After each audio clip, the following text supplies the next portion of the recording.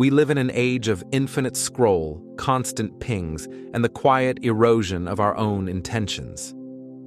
Every day, we sit down to do something that matters, and somehow, hours later, we've done everything but that. I used to think that was a willpower problem. Then I read Indistractable by Nir Eyal, and I realized I'd been misunderstanding distraction entirely. Nir Eyal argues that distraction doesn't begin with our phones, it begins with internal discomfort. And that insight reframed everything I thought I knew about productivity, impulse control, and breaking bad habits. I'll be honest, when I first picked this up, I expected another productivity manual. Color-coded schedules, morning routines, maybe a few apps to block social media. I thought Eyal was going to tell me to try harder, focus more, be more disciplined. I expected advice about managing distractions. What I didn't expect was to confront the deeper psychology behind why we seek them in the first place. What surprised me immediately was how he opens the conversation. He doesn't start with technology, he starts with pain. He argues that all human behavior, every distraction, every impulse, every time we reach for our phone mid-conversation, begins with internal discomfort. Not laziness, not weakness, discomfort. And when I really sat with that idea, I began to notice it in my own life. The urge to check my phone wasn't random. It usually appeared when I felt stuck. The impulse to switch tabs came when a task felt uncertain. Even procrastination had a texture, a subtle anxiety I didn't want to face. Seeing distraction as a response to discomfort made it feel less like a flaw and more like a signal. That reframe alone stopped me.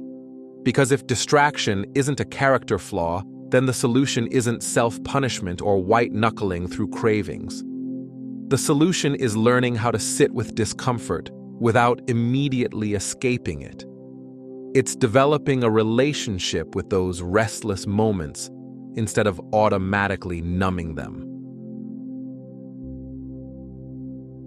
One of the most powerful tools he introduces is something called urge surfing, borrowed from acceptance and commitment therapy, or ACT.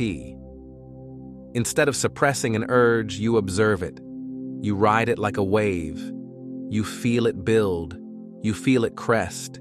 And you allow it to pass without reacting. And often, within minutes, it does pass. He even introduces the 10-minute rule, telling yourself you can give in, just not yet. That small pause builds real impulse control.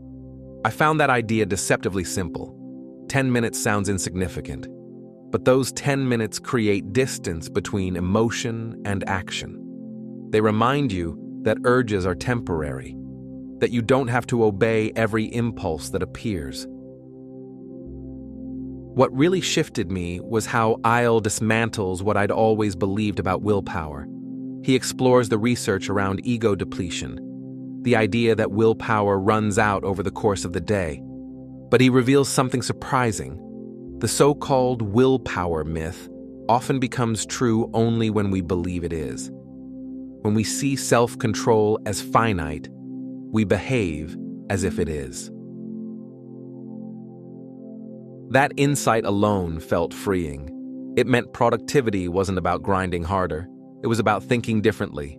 It meant I wasn't running out of discipline at night. I was reinforcing a story about myself, and stories are changeable. And then he reframed something else I'd never questioned. The opposite of distraction isn't focus, it's traction. That distinction stayed with me long after I closed the book. Traction is any action that moves you toward what you value. Distraction pulls you away. Both are triggered by something internal. Both are choices.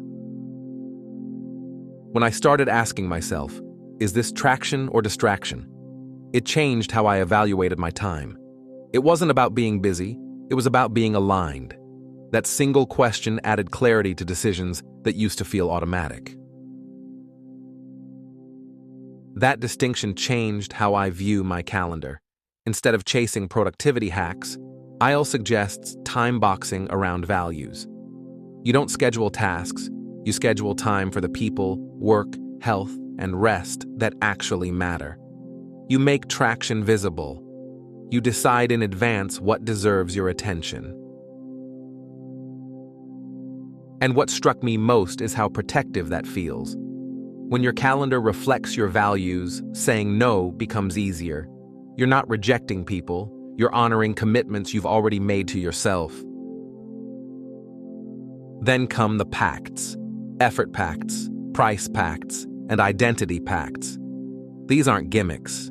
They're structures you build in advance so your future self is protected from your impulsive self. You add friction where you're weakest. You raise the cost of breaking promises. You design your environment intentionally. And the identity pact struck me most. When you decide, I am indistractable, you stop negotiating with yourself every 5 minutes. You don't ask, should I focus? You act in alignment with who you believe you are. Identity becomes a stabilizer. Behavior follows belief. Eyal also emphasizes that distraction isn't purely internal. Our environments are engineered for it. So part of becoming indistractable means redesigning your surroundings, reducing notification noise, creating friction between you and temptation, having honest conversations about focus at work and at home. And one line from the book stayed with me more than any other. The antidote to impulsiveness is forethought, not force, not shame, forethought. By the time I closed the book, I didn't feel pressured to optimize every second. I felt calmer, clearer, more capable of handling my own psychology. I felt less at war with myself. What Indistractable gave me wasn't just a productivity framework. It gave me compassion for why I get distracted and practical tools to finally change it.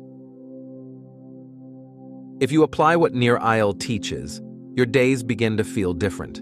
You don't just react, you decide. You stop drifting into distraction and start moving toward traction. You break bad habits not by fighting yourself, but by understanding yourself. And maybe the most powerful shift is this. You stop being so hard on yourself. You see distraction not as failure but as a signal, a sign of discomfort asking to be acknowledged. And when you meet it with awareness instead of shame, you gain real control. Over time, that control compounds. Small moments of staying add up. 10 minutes here, one resisted urge there, one protected time block. And gradually, your life begins to reflect your intentions more than your impulses. This book won't magically fix your life overnight, but it might give you something more important, the ability to stay present long enough to build the life you actually want.